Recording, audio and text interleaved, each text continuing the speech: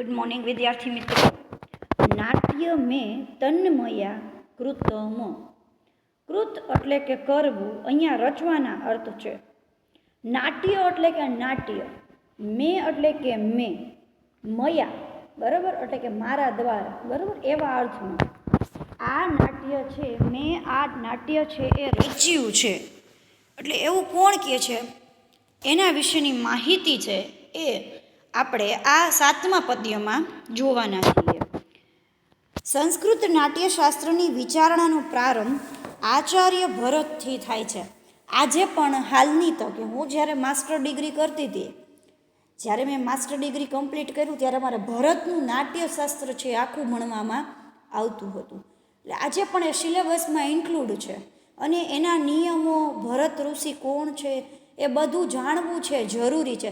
શા માટે આ નાટ્યની રચના થઈ, બરાબર, એના ઘણા કારણો છે જે આપણને અહીં જોવા મળશે. નાટ્યાચાર્ય તરીકે પ્રસિદ્ધિ પામેલા આ આચાર્ય ઈસવીસનની 3જી શતાબ્દીની આસપાસ થઈ ગયા છે. નાટ્ય પ્લસ આચાર્ય એટલે નાટ્યાચાર્ય તરીકે પ્રસિદ્ધિ પામેલા, પ્રસિદ્ધ થઈ ગયેલા આ આચાર્ય એટલે કે ભરત નામના આચાર્ય ઈસવીસનની 3જી શતાબ્દીની આસપાસ થઈ ગયા છે. તેમણે રચેલા નાટ્યશાસ્ત્ર નામે જાણીતો ગ્રંથ સંસ્કૃત ભાષાના વિદ્વાનોમાં તો અતિ પ્રસિદ્ધ છે જ. એટલે અમને પણ ભણાવવામાં આવતો હતો, જોયેલો છે. દળદાર ગ્રંથ છે, બરાબર, 400 કે 500 પેજનો હશે.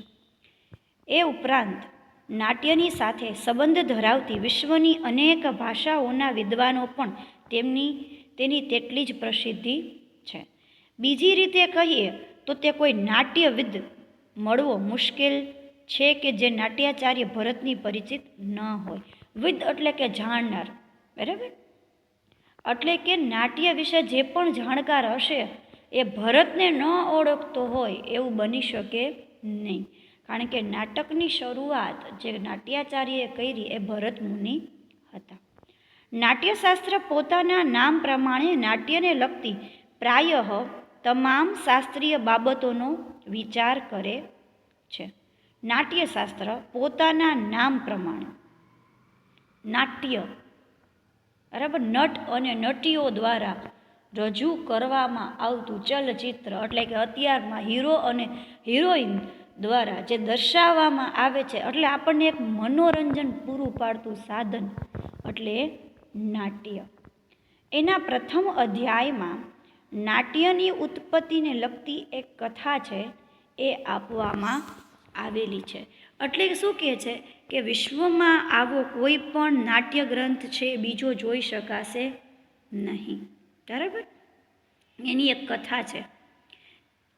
તે મુજબ એટલે કે કથા આ પ્રમાણે છે. દેવો બ્રહ્મા પાસે ગયા અને તેમની પાસે એક ક્રીડનીયક એટલે કે રમકડું, ક્રીડા એટલે કે રમત અને ક્રીડનીયક એટલે કે રમકડુંની માગણી કરી, જે આનંદ સાથે ઉપદેશ પણ આપી શકે.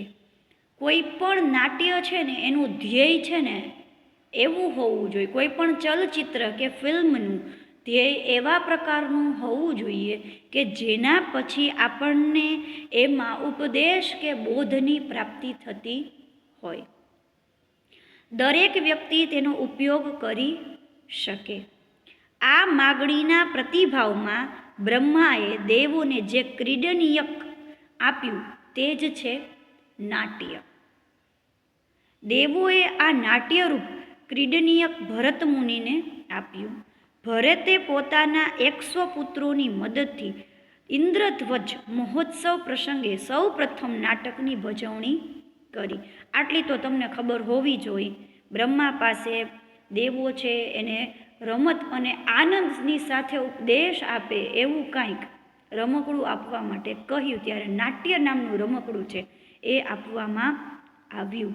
ક્યારે છે એની સૌ પ્રથમ શરૂઆત થઈ તો કે ઇન્દ્રધ્વજ મહોત્સવ પ્રસંગમાં એની શરૂઆત છે એ કરવામાં આવી.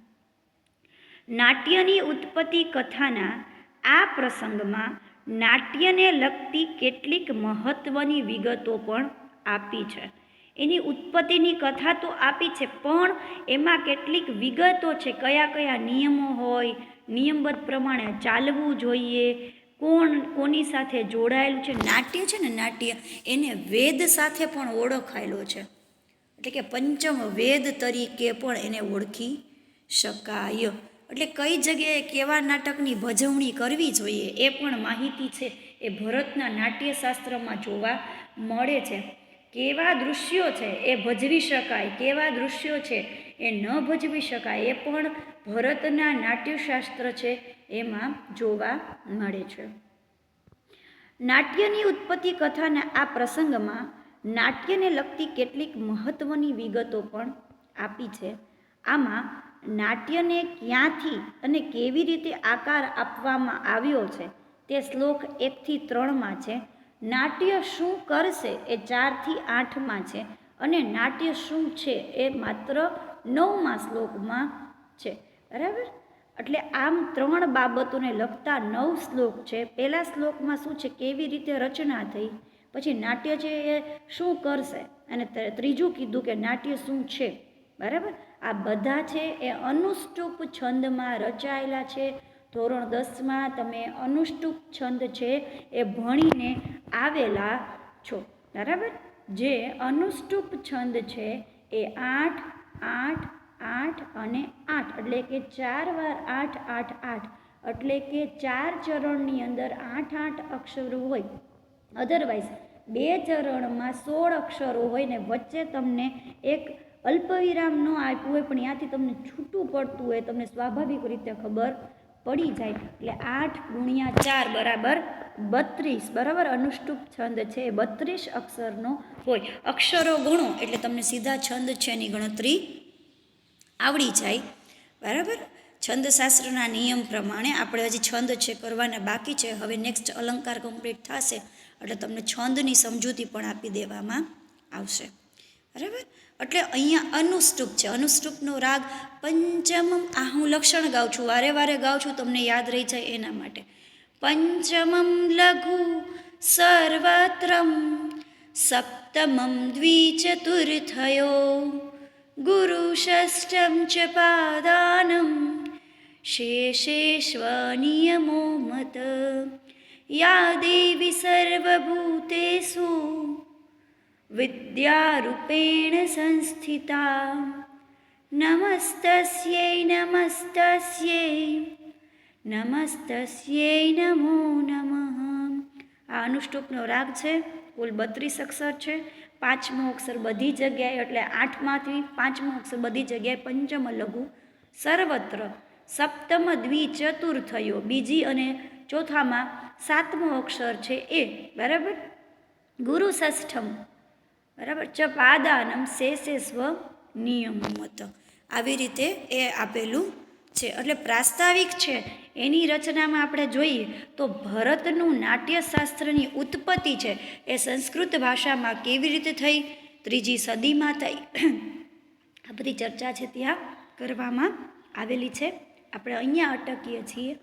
નેક્સ્ટ પીરિયડમાં મળશું ત્યારે હું તમને વિશેષ નોંધ છે એ કરાવી દઈશ.